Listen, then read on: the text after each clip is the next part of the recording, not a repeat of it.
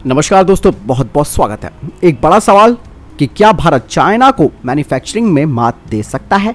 इसका उत्तर है बिल्कुल हाँ। निश्चित रूप से मैन्युफैक्चरिंग के मामले में चीन से कंपटीशन कर सकता है, लेकिन पहले हमें चीन और भारत की तुलना करनी भी जरूरी है।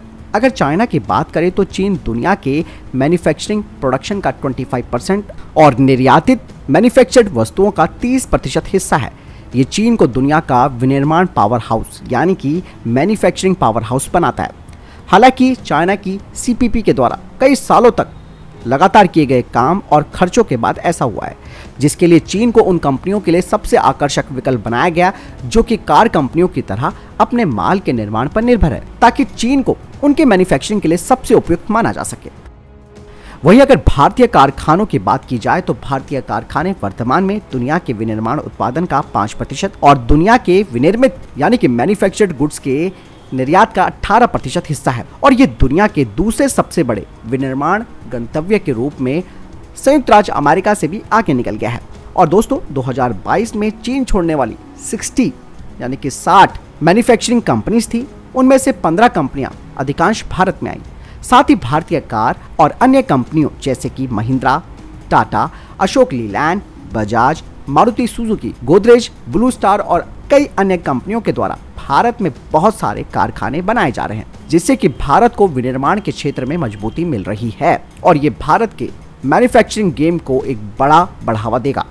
जैसे कि मैंने आपको बताया कि हाल ही में कई कंपनियां चाइना से दूर हुई है, जिसके कई कारण हैं, लेकिन 3 सबसे बड़े कारण ये हैं कि श्रम लागत यानी कि लेबर कॉस्ट का चीन में बहुत अधिक होना। औसतन चीनी व्यक्ति 17,000 अमेरिकी डॉलर कमाता है, जो कि कंपनियों की नज़र में भारत के औसत से बहुत अधिक है। दूसरी ओर प्रतिवर्ष 8,550 अमेरिकी डॉलर कमाते हैं, जो कि औसत चीनी नागरिकों के वेतन का बमुश्किल आधे से अधिक है।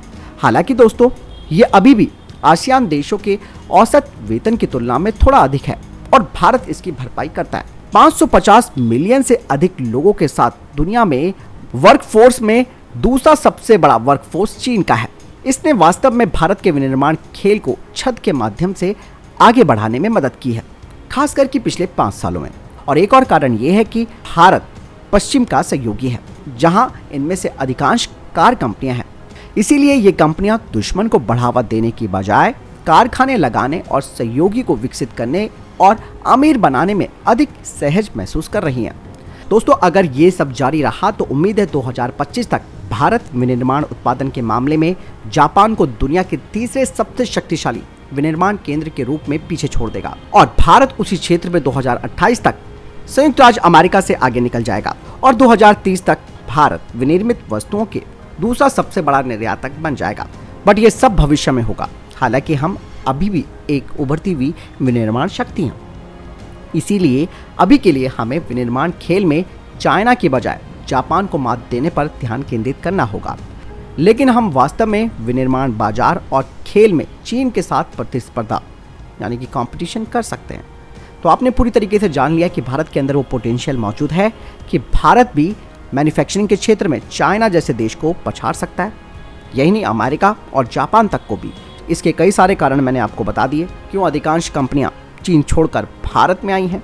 इसके अलावा भारत के पश्चिम के साथ रिश्ते और जो वर्कफोर्स है, ऐसे कई सारे कारण हैं जो कि भारत को एक बड़ा मैन्युफैक्चरिंग हब बना देंगे। इसमें कोई दो राय नहीं है। वैसे आपको क्या लगता है मुझे कमेंट सेक्शन में लिखकर जरूर बताएगा। मिलता हूं नए वीडियो के साथ। जय हिंद, वंदे मातरम।